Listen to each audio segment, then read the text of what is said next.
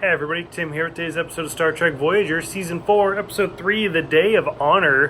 They could have just called this episode like B'Elanna and the No Good, Very Bad Day, because that's essentially what this whole episode is. Like, it's not a bad episode, but it's not a great episode. It's just, like, the hits just keep on coming.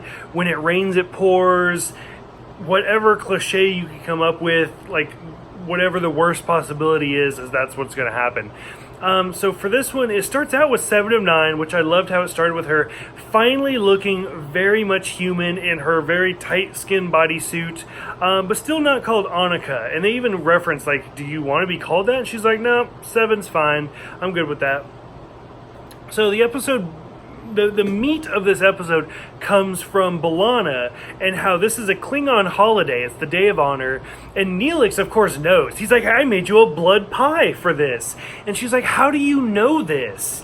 And Neelix is like, well, I'm the morale officer. Which is actually fitting in the continuity because we've already seen Neelix know about, like, Vulcan holidays and human holidays and other stuff like that.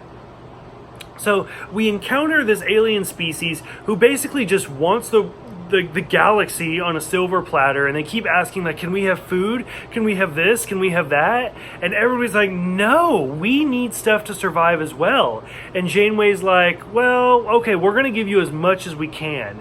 And so she does, because she's nice and she's trying to make friends. But finally, eventually, the warp core ends up breaching, and they have to eject it. And I think this is the second time we've seen it ejected.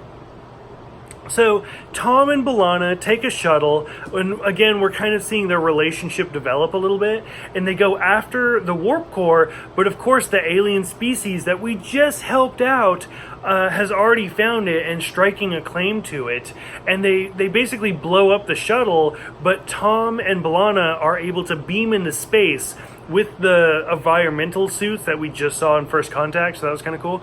And so a lot of this episode is basically just them being stuck in space, and they're leaking air, and they're having like these heart-to-heart moments where B'Elanna finally tells Tom that she's in love with him.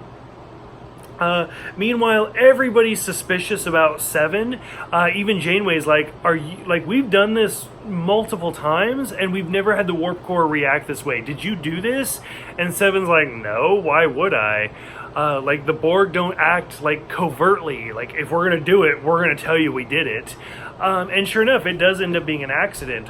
The alien species basically is holding the warp core hostage, and they're like, we're going to, like, I think they're surrounded by, I think, 27 or something different species or ships or something, and they're like, we're going to blow you up if you don't give us all your food and all your weapons and all of this. And 7 is like, you know, I have Borg technology. I mean, we could just show them how to build a replicator. And they ask her, they're like, why didn't you mention that earlier? And she's like, the Borg aren't used to thinking in ways of giving. We're only used to ways of, like, assimilating and taking. So, like, the end of the episode's a bit cliche for me, where they do strike a bargain, they get the warp core back, and they show these people how to replicate their own stuff. But it's basically just an obligated episode of kind of bringing 7 more into the family and kind of showing B'Elanna and Tom their character developments of growing together.